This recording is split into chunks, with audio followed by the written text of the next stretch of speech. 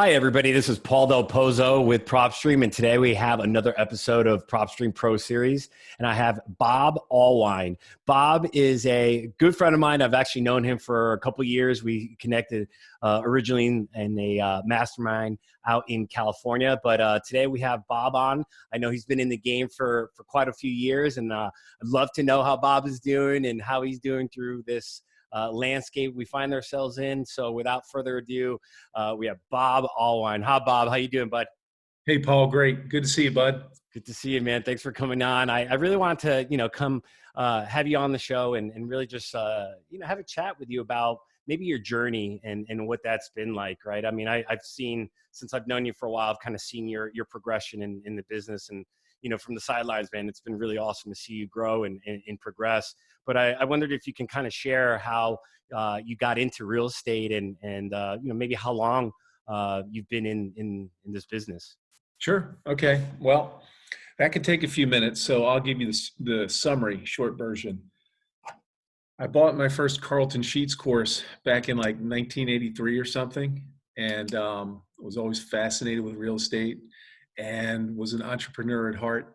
Started with a lawn care business in college, and fast forward several years, got married and started a family, and had a corporate job, so to speak. I was a sales manager for a commercial landscaping company, and my wife Stacy, who is currently a real estate agent with a big team here in Frederick, Maryland, but started out in the biotech world as an HR manager. So we started with rental properties in 2002 as a way to have some future income when our kids were ready to go to college. My kids are now out of the house and in houses of their own. My son is 24 and my daughter is 28. She's a first grade teacher, and he's a real estate agent and an acquisitions manager on my team. But back in the early years, when they were little kids at elementary school, we wanted to have a nest egg for the future. And we were both always interested in real estate. So we started with rental properties, and we bought one property a year for 4 or 5 years. And then in 2008, the market crashed, right? And we had some properties that were doing okay and a couple that weren't doing okay. So we sold, I think we sold two, and we didn't buy any more for a couple of years. And then around 2010, when the foreclosure market was hot and heavy, I was going to RIA meetings and still had a job as a sales manager, and met a guy who was wholesaling houses in Baltimore and in my area out here in Frederick County and Washington County.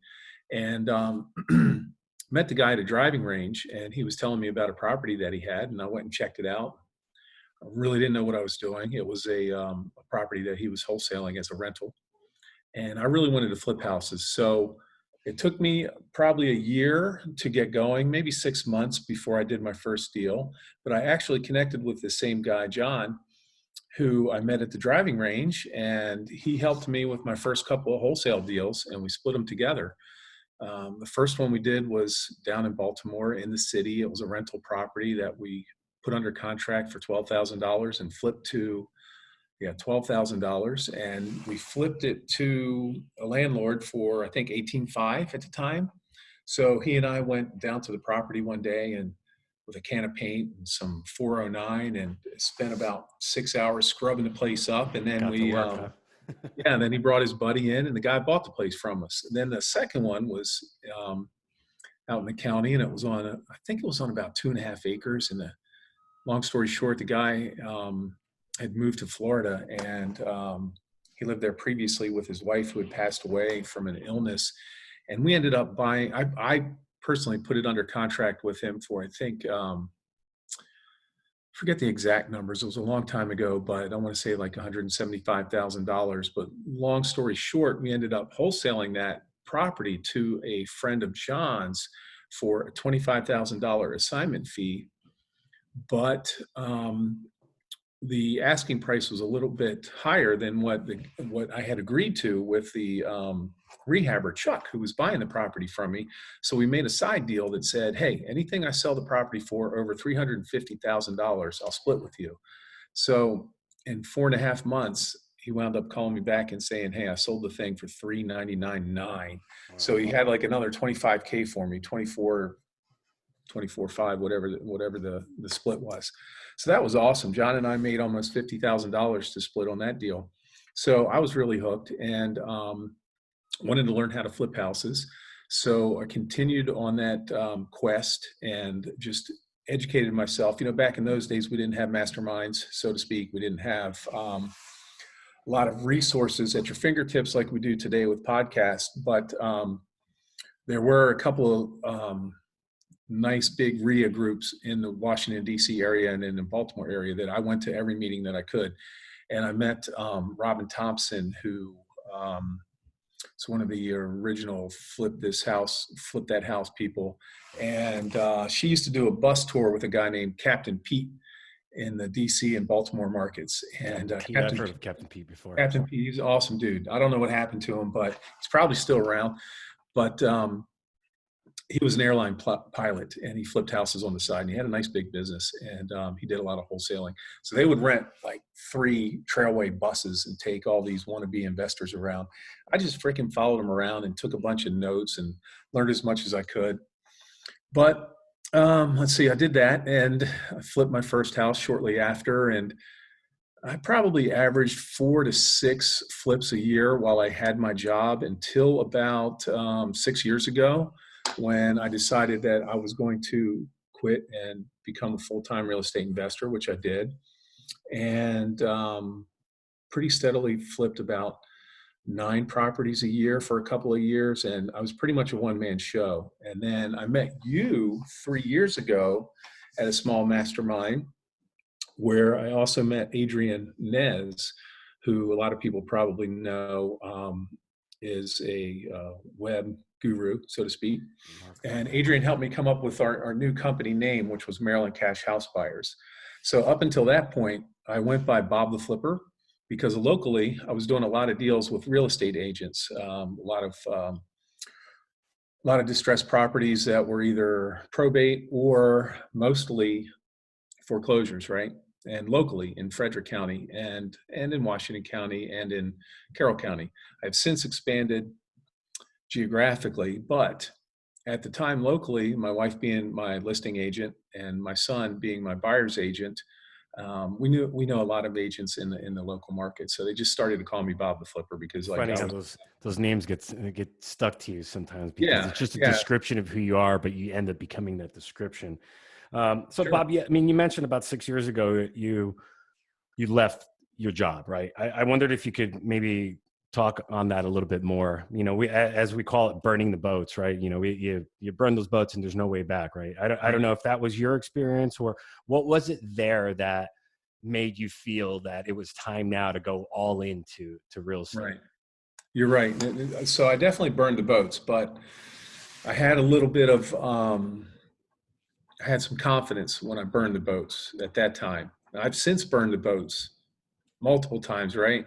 But what happened was I made a 3-year plan to quit my job, but it took me 5 years to do it because I chickened out twice, right?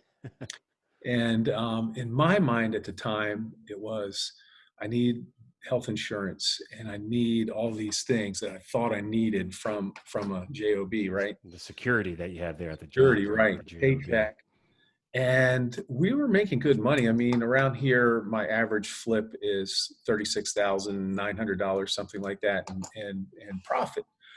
And when I was the solo guy, a lot of those deals were even more. And I did have a partner in the early years of flipping, and we had a joint venture partnership. So my partner actually provided the funding and I got the deals done. So what happened was, when I still had the job, I had a revenue goal that I needed to hit mentally before I would quit my job. And I hit the revenue goal and chickened out. And about 6 months later, I doubled the revenue goal. And it was time. I had a talk with Stacy, and she said, "You have to leave." And I really did have to leave, because I was being pulled in multiple directions trying to do a job, which I was doing very well, but my heart wasn't in it. I didn't want to be there. I'd sit in meetings and I'd be having these conversations with myself about all the things that I needed to do out on the job sites, right, or And it's the stress of being still productive in your other business or that job and just keeping it going while your mind is so preoccupied on the things you need to do or want to do and where you want to go. Yeah, I mean, Absolutely. I think a lot of us have that in common when we get to that point in our careers. Is it time now? It's not. So I can definitely relate to that for sure. I Yeah. had some similar feelings as well. And I've kind of since forgotten about those feelings, but like I have fond memories of the company that I worked for. It was a great company and had a lot of great relationships there. But I remember sitting in the meetings thinking, I shouldn't be here. I need to be somewhere else. I've got so much else to do. So that's what happened. Um, so Right. Yeah. So I mean, man, I think sometimes it's finding the right opportunity and really just finding it within you, right? Have you covered your bases, if you will, right? Because I've talked to people that burn the boats and maybe they shouldn't have. They didn't have a parachute. They didn't have the essential resources they need to get them through that period of time while you're growing and you're getting your business off the ground and you're getting consistent lead flow or deals. And so that kind of leads me to what does your lead flow and what has your business grown to at this point, Bob? And what's it look like now with this current, landscape of the pandemic and everything? Have you been impacted at all, or is it, business as usual for you? How's that look for you? sure. So okay.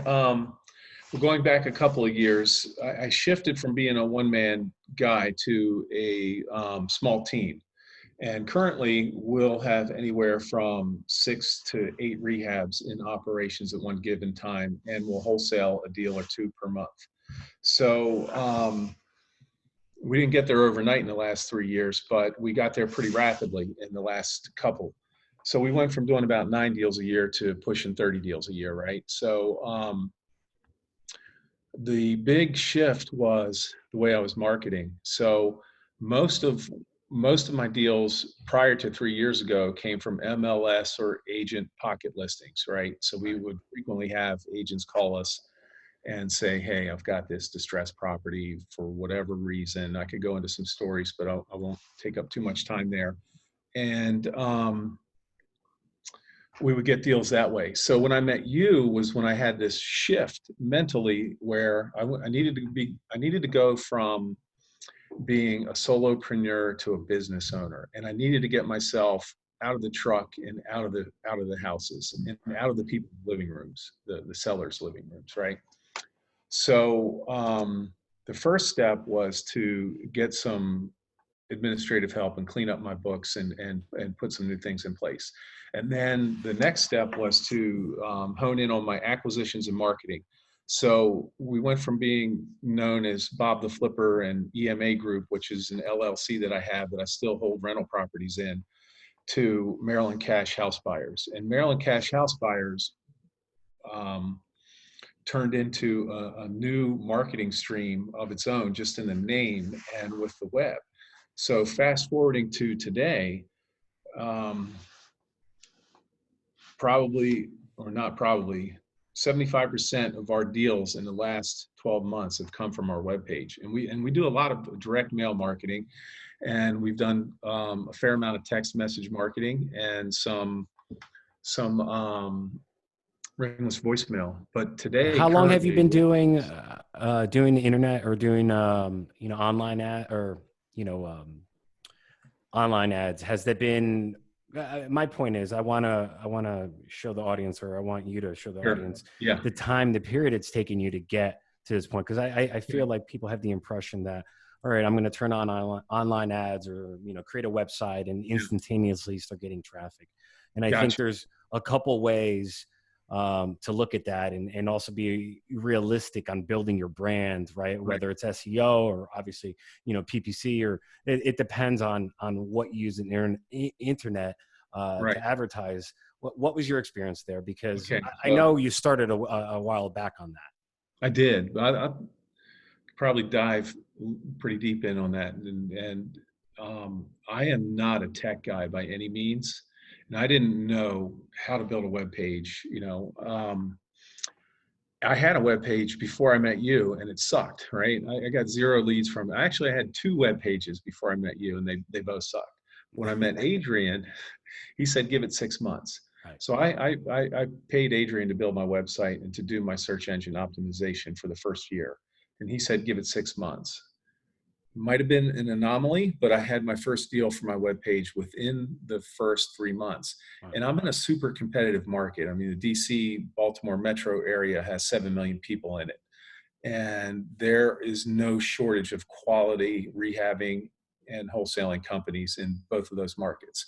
So my initial focus was to become the number one house buying company on Google in my immediate market, which is Frederick County and Carroll County, which are both suburbs of Baltimore and Washington, about 45 minutes north of DC and 45 minutes west of Baltimore. So 2 counties in between each of those until you get to my backyard. Right. So that was the initial goal and arrangement with Adrian. And that took about a year. Actually, within 6 months, I was in the top 3 here locally. So after about a year, I took it over myself and stopped working directly with Adrian on a monthly basis and decided that I needed to expand geographically because we were making some progress and we were picking up a deal every couple of months from the webpage, and we were doing a lot of direct mail. So I should expand on that a little bit too, because I believe that marketing is multi-pronged approach. And, we do use CallRail and different phone numbers, and we track each of our lists separately. And we have a different phone number for the web page, a different number for this mail piece, a different number for that text blast, et cetera. But what we've done is we've tracked and noticed that we get a lot of people that might receive a mail piece because they're on one or more lists that we have, right? So we'll use PropStream to pull lists. A couple of the lists, if I can drop a couple nuggets there, would be that are my favorites are the non-owner occupied list, which everybody knows about, right? But I'll expand on that a little bit, and the lien list. So what we do is I've got a lot of data from the big data houses that I had prior to PropStream for absent owners and some other criteria. And then I would pull the same search in PropStream and upload that PropStream list along with the other existing list into the stacking system that we use, and then filter back out all of my non-owner occupied or absent owner list, right? So I would take multiple sources to produce one new list. And we've had a lot of good results from that in the last 6 months. So you might think if you're using one of these big national data suppliers that you've got everybody in the criteria that you selected, but then you might log into PropStream and find 25% more people that weren't on your original list. So I'm using both systems to get our list, and then I'll take multiple lists and stack them together and hit the people that are on 4 or more lists in multiple methods, right? Yeah, I mean, hitting those people that are on those multiple lists they always seem to pan out the best and have those best results, right? Because they have the most flags or the most issues or the most incidents of something going on. Right. So love to hear that you're pulling that data out of PropStream, man. But I got to show you how to use that list automator. That actually might help you out. I don't know, for those watching that, check out the feature where you can actually sort and stack and automate your list based on your set parameters. You guys can check out a video that we have here on our feed. And Bob, I'll show you how to use that there. But man, I mean, cool. I think the non-owner is a hot list, especially right now, right? Because with what we've been going through, right, you have landlords that might not necessarily, something might be going on. They might not have gotten rent last month or maybe this month. So is that kind of your approach on that? You mentioned non-owners there. Yeah. So just the other day, I dropped like $8,700 on strictly non-owner occupied because thinking that there's going to be more people that want to sell their houses that are absent owners over the next couple of months. So our calls have dropped off a little bit in the month of March, but we're still doing deals, and we're getting deals from our webpage and from our niche list.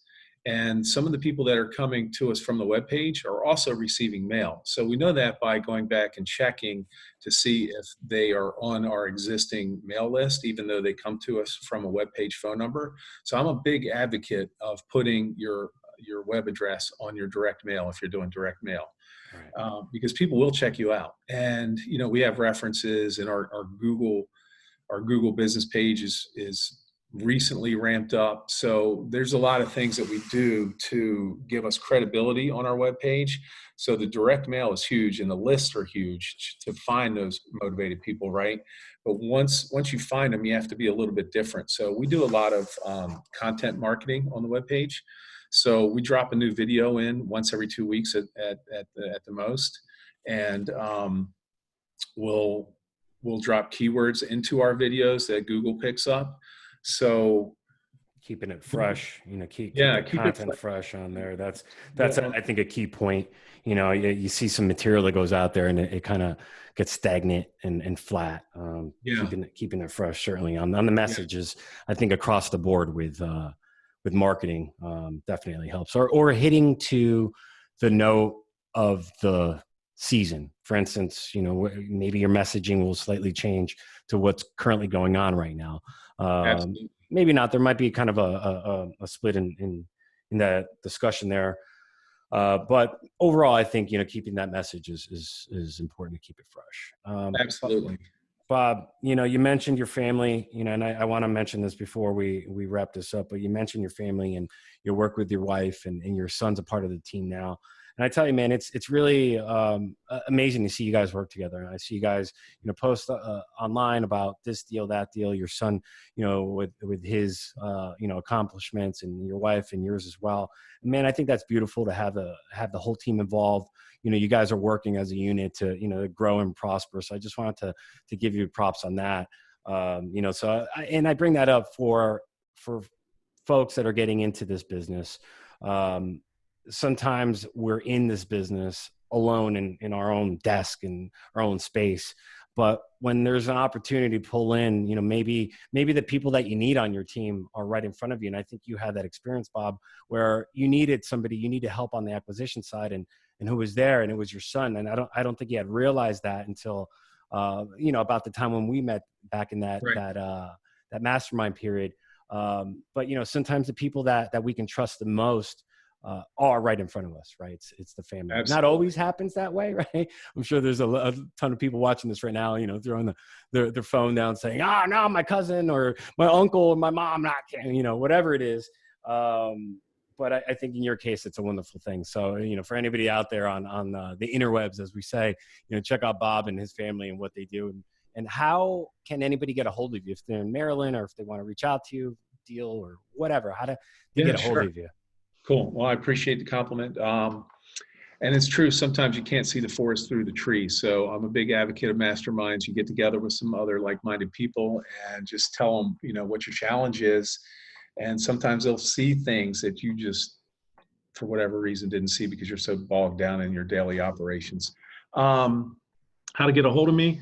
You can find me on Facebook. It's Bob Allwein, Allwein. We have multiple Facebook groups. We've got Bob the Flipper, Maryland Cash House Buyers, and we have a local RIA meeting that we started about 6 months ago. It's on hold now because of COVID. But we have a Facebook group there, Mid-Maryland Real Estate Investors Association, or Mid-Maryland RIA Club. Yeah, there you Something go. along those lines. Mid-Maryland RIA. Just do So that search. You'll find it out there, yeah, right? just find me on Facebook or Instagram and we can connect that way. But yeah, I'm doing deals from Baltimore to Western Maryland and down close to DC. I've got a joint venture wholesale going with a buddy of mine down in Baltimore right now. And, we didn't touch on it too much about the COVID-19 currently, but the market's pretty hot around here. And it's weird. People are at home and they're shopping for houses. So, I mean, we sold a flip yesterday. We sold a wholesale last week. We're selling a flip in 2 weeks. We put another property under contract 3 days ago. So I love it. things are Love it. moving.